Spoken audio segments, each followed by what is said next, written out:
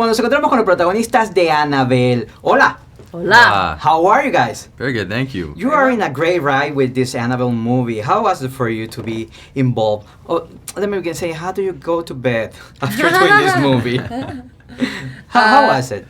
It was great. You know, we were very fortunate to be cast in the project, and it's a project that stems from, you know, The Conjuring, which is an incredible movie in itself, and all the people involved in that.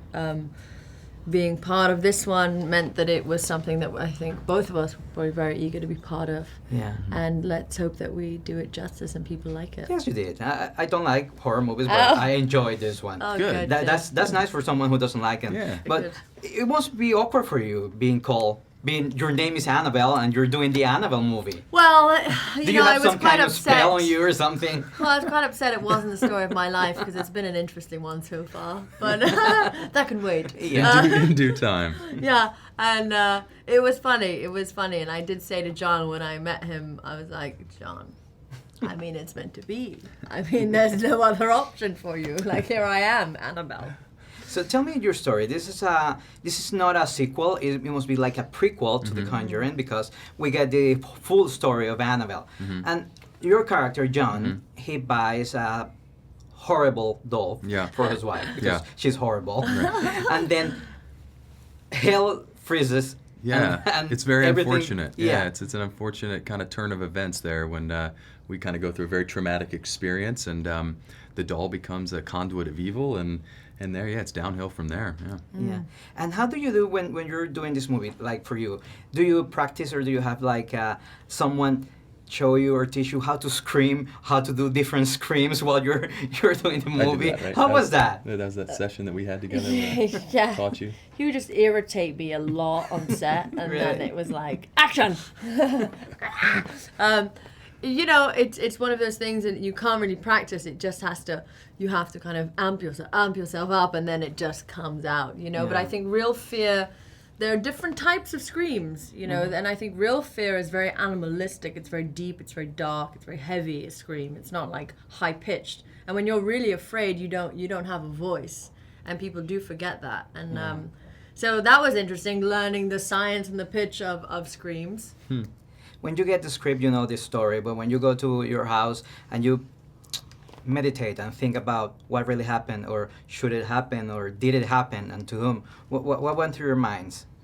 Did you ever think, oh, this probably happened to someone? Yeah. Oh yeah.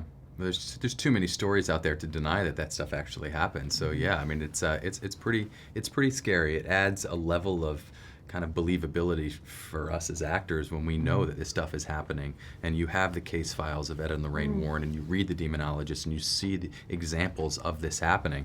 And I didn't know a lot about this going into this project, so it was very interesting and eye-opening for me. Yeah, and it's not a fantastical story. I mean, these are true things Based that off happened, true events, and that means it's easier for us as actors to be invested in it, because we're telling a true story in a sense. So Yeah, because it's very real. It's like this happened to someone, and Yeah. you get the idea, and you go home and you think, oh my gosh, who's under the Oh my bed? gosh. Right. I don't want any Oh, doll no, in my Teddy. house. Yeah. Teddy. No teddies. Teddy, don't say yes to the demon. No, Teddy. Do you have no. as a child any like doll or something or toy that you think, oh, this might have something on? I got rid of everything. Oh, of everything? Everything in my house is gone. There's no Really? conduits of Loads nothing. of dolls, but You still have loads of dolls? I have a couple stuff toys. Yeah, in a bag. I don't know They if they're should- happy they about should being stay in there, that yeah. bag. They will appear again someday, like in the movie. Yeah. So, if a girlfriend asks you, what is this movie about? What I'm gonna see when I go to the movie theater? You're going to see a very sophisticated horror film. You know, two central characters who are going through a very difficult time, and a fight for survival, and a fight for, you know, what at the core is a very human story, and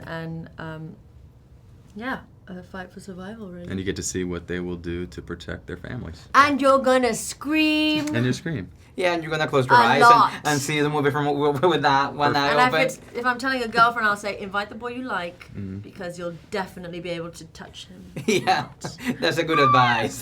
Well, thank you guys. I had fun watching the movie. I'm sure everyone is thanks. going to have Great. that much fun. Thank you. Thank